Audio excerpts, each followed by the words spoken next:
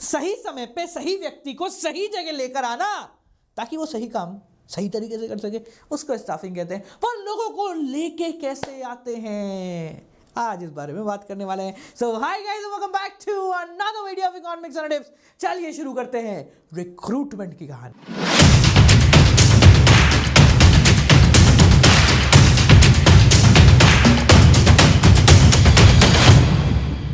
Recruitment का मतलब क्या होता है, इसको समझने से पहले आपके लिए एक सॉलिड सौदा, डिस्क्रिप्शन में चले जाओ क्योंकि कल है वेडनेसडे एंड आफ्टर 1.5 साल मैं बिजनेस स्टडीज की कंप्लीट एमसीक्यू क्लास लेने जा रहा हूं। तो डिस्क्रिप्शन में लिंक है, use code Gaurav to get yourself enroll. कल है क्लास, वेडनेसडे के दिन, तारीख नोट कर लेना, सबको बता देना कि कल यही एमसीक्यू में करने वाले हैं। सो बालको, रिक्रूटमेंट, जब कंपनी को ऐसा लगता है कि उसको अब जरूरत है लोगों की, कितने लोग हैं, कौन से डिपार्टमेंट आएंगे, सब पता करने के बाद अब वो ज्यादा से ज्यादा लोगों को इच्छा करती है कि तुम आओ, कम ऑन, और हमारी जॉब के लिए अप्लाई करो। एक तो तुम्हारा दिमाग है ना बड़ा गंदा चलता है, इतना खतरनाक चलता है, यहां तक आ गया मेरे पास, यहां तक चल आ गया है मेरे पास, है गंदी सोच आ जाता है। ठीक है, तो रिक्रूटमेंट का मतलब क्या होता है कि आप सर्च कर रहे हो या लोगों को इंड्यूस कर रहे हो कि come and apply for the job, आओ नौकरी के लिए अप्लाई करो। ठीक है, अब इसको करने के दो तरीके होते हैं बेसिकली, या तो आप ऑर्गेनाइजेशन के अंदर ही देख लोगे या फिर आप ऑर्गेनाइजेशन के बाहर देखोगे। यानी रिक्रूटमेंट के लिए जरूरी नहीं है कि हम बाजार से लोग लेकर आए, recruitment can also be done within the organisation. इसको हम बोलते हैं internal source of recruitment. Internal source of recruitment का मतलब होता है कि जब ऑर्गेनाइजेशन के अंदर से आप लोगों को नौकरी पे लगा रहे हो। अब वो कैसे होगा, 3 तरीके से, या तो आप करो ट्रांसफर, क्या करो भाई, ट्रांसफर करते ही चला गया, या तो आप क्या करो ट्रांसफर, या तो करो प्रमोशन, या फिर करो ले ऑफ। अब इनका मतलब समझो पहले क्या होता है। ट्रांसफर का मतलब क्या होता है कि भाई सेल्स डिपार्टमेंट में जरूरत है, प्रोडक्शन डिपार्टमेंट में एक बंदा एक्स्ट्रा है, वहां से उठा के सेल्स में डाल दिया। जब हम बंदे का ट्रांसफर करते हैं तो उसकी तनख्वाह नहीं बढ़ती है, पहली चीज, उसकी अथॉरिटी रिस्पॉन्सिबिलिटी नहीं बढ़ती है, दूसरी चीज। पहला समझ के ट्रांसफर, सीधी सी बात, यहां से उठा के बंदा वहां ले गए, तो अब इसमें बाहर का कोई बंदा नहीं है, अंदर ही अंदर खेल हो गया, मेरा काम बच गया, सस्ता काम है। प्रमोशन, प्रमोशन का मतलब एक स्टेप ऊपर बढ़ जाना, जो अब तक असिस्टेंट था वो बॉस बन गया, ये क्या हो गया, एक स्टेप ऊपर बढ़ जाना। ठीक है, तो जब भी कंपनी को ऐसा लगता है कि उसको नए हेड चाहिए तो वो क्या करती है, जो अभी हेड था, जो अभी सब हेड था, उसको हेड बना देती है, एक प्रमोशन ऊपर कर देती है। प्रमोशन के अंदर आपकी तनख्वाह भी बढ़ने के चांसेस होते हैं, साथ साथ में आपकी अथॉरिटी और रिस्पॉन्सिबिलिटी भी बढ़ जाती है। तीसरा आता है ले ऑफ। ये ले ऑफ वाला जो कॉन्सेप्ट है कोरोना में बहुत दिखा है। ले ऑफ का कॉन्सेप्ट क्या है कि जब भी ऑर्गेनाइजेशन को ऐसा लगता है कि मेरे पास सेल्स नहीं है, जैसे इस कोरोना के अंदर हुआ, लॉकडाउन होने की वजह से बहुत सारे ऑर्गेनाइजेशन ने ले ऑफ करा, यानी कि अपने एम्प्लॉइज को काम से निकाल दिया। यहां पर एम्प्लॉइज की कोई गलती नहीं थी, उन्होंने कुछ गलत भी नहीं किया था, बट बेसिकली उनको सिर्फ इसलिए हटाया गया क्योंकि कंपनी की सेल्स नहीं है और कंपनी उनको सैलरी नहीं दे सकती है। ठीक है, इसको हम कहते हैं ले ऑफ। तो ये 3 इंटरनल सोर्स ऑफ रिक्रूटमेंट है कि जब कंपनी घर के अंदर ही नौकरियां नहीं बना देती है, न्यू नहीं मतलब न्यू बना देती है। फायदे क्या है, पहला फायदा सस्ता, काम ही क्या है, पैसे कहां लगने, ओए इधर आ, आज से तू मैनेजर, खत्म, एक पैसा नहीं लगा। तो सबसे पहला है कि भैया ये इकोनॉमिकल है, क्या है, इकोनॉमिकल है, filling the job internally is cheaper, बहुत सस्ता तरीका होता है। ठीक है, टाइम खराब नहीं होता, 10 लोग हैं, आप में से चूज कर लो भाई, एक ही आ जा, तू ही आ जा। ठीक है, नेक्स्ट क्या है, एम्प्लॉय मोटिवेटेड रहते हैं। अब मोटिवेटेड कैसे रहेंगे, हमारे ऑर्गेनाइजेशन के अंदर मान लेते 10 बंदे, अब 10 में से पिछले 10 दिन एक बंदा बहुत मेहनत से काम कर रहा है, मैंने उसको बोला, मैंने दिला, आज से तो इन सबका हेड, क्योंकि तू काम कर रहा है, तू सेल्स लेके आ रहा है। क्या हुआ अब इससे, अब उससे बाकी 9 मोटिवेट हो, यार अगर हम काम करेंगे तो हमारे साथ भी ऐसा हो सकता है कि हो जाए। ठीक है, सो बेसिकली एम्प्लॉइज क्या होता है, मोटिवेट होते हैं। और बड़ा सिंपल प्रोसीजर है, इसमें कोई हत्या नहीं, बुलाओ बोलो खत्म हो गया।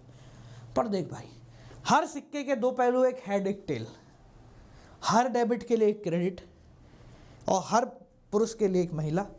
No, I am not talking about singles, single के बारे में बात नहीं कर रहे, इधर आ जाओ। तो फायदे के साथ नुकसान भी है। नुकसान क्या है, पहला नुकसान, फ्रेश टैलेंट की जगह नहीं है।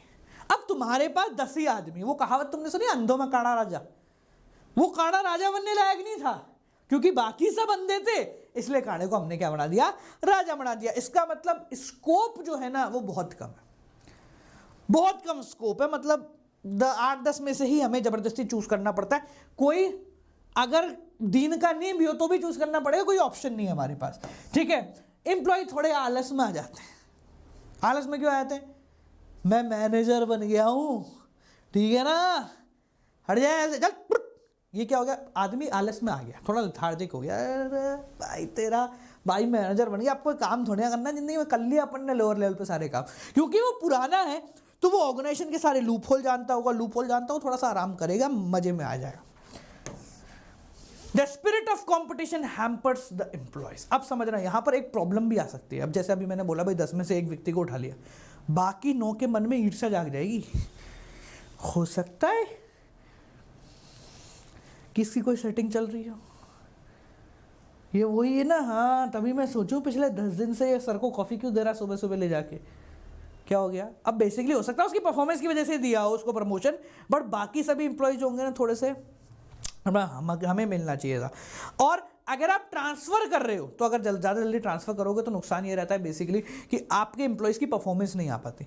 हम थे केंद्रीय विद्यालय में, ठीक है, तो केंद्रीय विद्यालय एक ऐसा स्कूल है जहाँ के टीचर्स का बहुत ट्रांसफर होता है, हर 2-3 साल में टीचर ट्रांसफर हो जाते हैं। तो जब भी कोई नया टीचर आता है ना, तो शुरू के 1-1.5 महीने वो समझने में लगा देता है कि यहाँ माहौल कैसा है, सिर्फ ये समझने में लगा देगा कि यहाँ का माहौल कैसा है। तो अगर आप उस 1-1.5 महीने के बेसिस पर उसको जज करोगे तो मामला ही खराब है, क्योंकि वो तो अभी आया है ना, बेचारे को रहने दो, थोड़ा जीवन में शांति पाड़न दो, ठीक है। तो इसलिए जो मामला है वो ऐसा होता है कि अगर आप जल्दी जल्दी ट्रांसफर करोगे तो बंदा प्रोडक्टिविटी पे नहीं आ पाएगा, वो सिर्फ समझने में लग जाएगा कि क्या क्या काम चल रहा है। तो फ्रीक्वेंट ट्रांसफर से प्रोडक्टिविटी कम होती है। तो फायदे नुकसान तो हो गए। अब मान लो ऑर्गेनाइजेशन के पास लोग ही नहीं है जिनको वो रिक्रूट करे, तो फिर वो क्या करती है, दुनिया की तरफ नजर घुमाती है। हाँ दुनिया आ जा, तो दुनिया की तरफ जब नजर घुमाएगी तो घुमाने के बहुत सारे फायदे हैं, नुकसान। पहले फायदे नुकसान दे दो, फिर देखेंगे कैसे होता है। पहला फायदा, बहुत बड़ी चॉइस है, किसी को भी पकड़ सकते हैं। तो यहां पर चॉइस जो है ना वो बहुत वाइडर चॉइस होती है आपके पास। फ्रेश टैलेंट आ रहा है, नया बंदा आता है, जब नया बंदा आएगा वो 4-6 स्टेप से पार होके निकलेगा तो ऑटोमेटिकली वो कैसा होगा, क्वालिफाइड होगा। कोई ऐसे राह चलते को आप उठा के नहीं ले आओगे, ठीक है। एक फायदा ये होता है कि जब भी नया बंदा आता है ना, पुराने एम्प्लॉयज को अंदर अलग सा ही काम जाग जाता है। फॉर एग्जाम्पल मान लो हमने क्या करा था, हमारे डिजाइनर बैठते हैं, तो 2 डिजाइनर हमारे बैठे हुए, तो मैंने तीसरा डिजाइनर उनके बीच में आलस कर रहे थे, तीसरा डिजाइनर नया उनके बीच में इम्प्लांट कर दिया। अब नया व्यक्ति आएगा, थोड़ा सा हाथ पर तो चलाएगा वो, उसको फटाफट नए नौकरी पे जाता आदमी तो अच्छा काम करता है। तो जैसे ही उसको काम मिला और उसने काम किया, उसने मेरे को रिस्पॉन्ड दिया, मैंने कहा बहुत बढ़िया, बाकियों की चीज़ और हमें तो नहीं बोला बहुत बढ़िया, अब तू देख क्या हुआ। यहां पर पुराने एम्प्लॉयज ऑटोमेटिकली कॉम्पिटिटिव नेचर के अंदर आ गए, वो ऑटोमेटिकली कंपटीशन करने के लिए ऑर्गेनाइजेशन को फायदा पहुंचा रही हैं। नुकसान भी है। नुकसान क्या है, अच्छा जो डिजर्विंग था, मतलब फॉर एग्जांपल जो अभी सब हेड पे है उसको हेड बनना था, ठीक है, उसने सारे काम किए, पता चला वो सब हेड पे रह गया, एक नया बंदा उठ के हेड पे आ गया, क्या होगा, पुराने एम्प्लॉयज डिससेटिस्फाइड हो जाएंगे। कॉस्टली प्रोसेस होता है, बड़ा लंबा होता है, सिलेक्शन प्रोसेस अभी समझेंगे क्या होता है। कॉस्टली होता है, बहुत लंबा होता है, करे चलते जाओ खत्म ही नहीं हो रहा, 8-10 स्टेप होते हैं, खर्चा भी लगता है, कॉस्टली भी है, लंबा भी है, कॉम्प्लेक्स भी है, बहुत सारे इसके नुकसान हैं। पर ये करते कैसे बाहर से लोगों को लेके आ जाएगा, इसके 4-5 पॉइंट हम यहाँ पर बात करते हैं। सबसे पहला डायरेक्ट रिक्रूटमेंट। अब मान लो आपको स्वीपर चाहिए, अब स्वीपर लेने के लिए तो आप है ना 4-6 तरीके के काम नहीं करोगे, इंटरव्यू वगैरह नहीं करोगे, आप बेसिकली क्या करना है, भाई आया आता है, चल कर ले यार, तू भी कर ले। ये क्या हुआ, ऐसे होता है रिक्रूटमेंट। अगर हमें ऐसे व्यक्ति का चाहिए जिसमें कोई टैलेंट या कुछ भी नहीं हो तो भी चलेगा, तो हम इतना दिमाग नहीं लगाते। हम क्या करते हैं, ऑफिस के दरवाजे पे एक नोटिस टांग देते हैं कि भैया फलाना चीज़ के लिए हमें इतनी ज़रूरत है, इतनी आपकी तनख्वाह होगी। आपने देखा होगा मेडिकल की दुकानों पे एक छोटू की आवश्यकता है, तनख्वाह 8 से 10 हज़ार रुपये। ये क्या है, ये डायरेक्ट रिक्रूटमेंट का तरीका है। जब आपको बेसिक वर्क के लिए व्यक्ति चाहिए होगा तो आप इस तरीके से लोगों को लेकर आओ। सेकंड होता है कैजुअल कॉलर्स। कैजुअल कॉलर्स एक बहुत अच्छा तरीका होता है। हमने रिसेंटली फॉर एग्जांपल कुछ कॉलर्स को हमने बिठाया।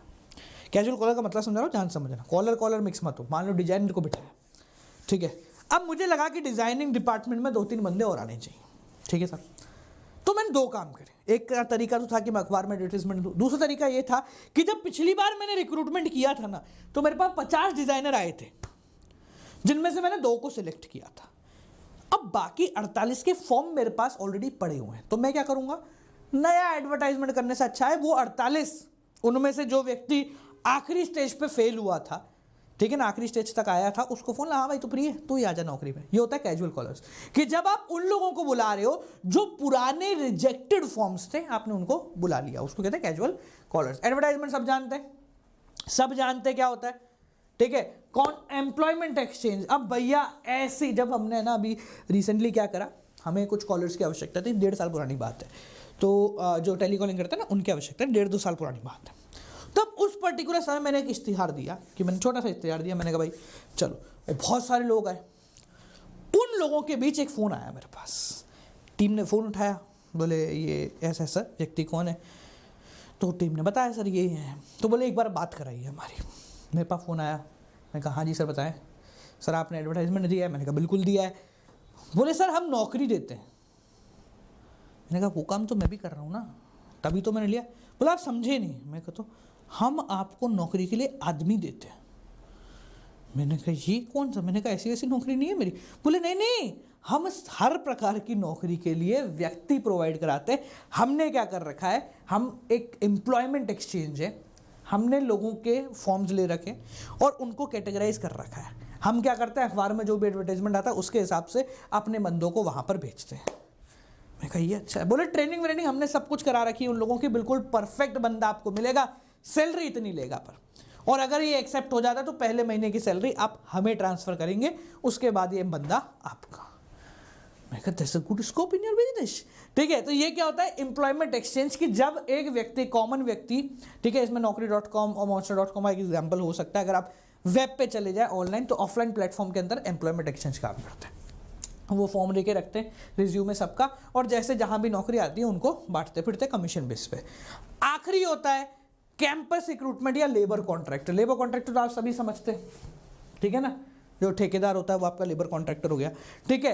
कैंपस रिक्रूटमेंट का मतलब कि कॉलेजेस में जाके नौकरियां बांट। अच्छा, कॉमर्स में तो ज़्यादा हत्या होती नहीं है, साइंस में हत्या काफ़ी ज़्यादा होती है। साइंस डिपार्टमेंट के अंदर भाई कॉलेज का 4था ईयर कवर हुआ नहीं, उससे पहले आपको नौकरी मिल जाएगी, ऐसे ऐसे अपने जो है दिखाए जाते हैं, बढ़िया बढ़िया शानदार शानदार। ये होता है कैंपस रिक्रूटमेंट। और कैंपस रिक्रूटमेंट इसलिए फेमस है क्योंकि सस्ते मजदूर मिल जाते हैं हर ऑर्गेनाइजेशन को काम करने के लिए, क्योंकि क्या खुजली मचती है सबके, 4th ईयर में आगो नौकरी लगेगी तेरा भाई की, मजे आएंगे, ठीक है। उसको दे दी भाई तेरा क्या पैकेज है, 6 लाख रुपए सालाना, वो तो फैल जाए वहीं गेम ओवर। अरे 6 लाख रुपए का पता उसको ये चला, बोले इसमें सारे सब कुछ काउंट है। हाथ में कितनी सैलरी आएगी, हाथ में आएगी भाई साहब तेरे आ जाएगी 2 लाख रुपए सालाना। देखने में तो 2 लाख रुपए सालाना, बोले कितनी सर, 17,000 रुपये। गेम सा ओवर हो जाता है उस बंदे का नौकरी लेने के बाद। ये क्या है, कैंपस रिक्रूटमेंट, सस्ते मजदूर मिल जाते हैं बेसिकली, इसलिए कैंपस रिक्रूटमेंट काफ़ी ज़्यादा चलता है। क्योंकि उस बेसिकली सस्ते मजदूर इसलिए क्योंकि उस समय लोगों को इन चीज़ों की और अपनी स्किल्स की नॉलेज नहीं होती कि हमारी स्किल मार्केट में किस प्राइस रेंज के अंदर आती है, इसलिए सस्ते में अंदर कंपनी उनको पिकअप कर लेती है। समझ में आ गया, क्लियर हो गया बाल को। सो ये है आपके रिक्रूटमेंट के सोर्सेज। कल के लिए सब रेडी है, कल 3 बजे 3 बजे नहीं, टाइमिंग मैं डिस्क्रिप्शन में डाल दूंगा, ठीक है। तो कल सभी से गुजारिश है, 26 जनवरी के दिन आप सभी के साथ मिलकर मैं अगली कक्षा को लेने जा रहा हूं।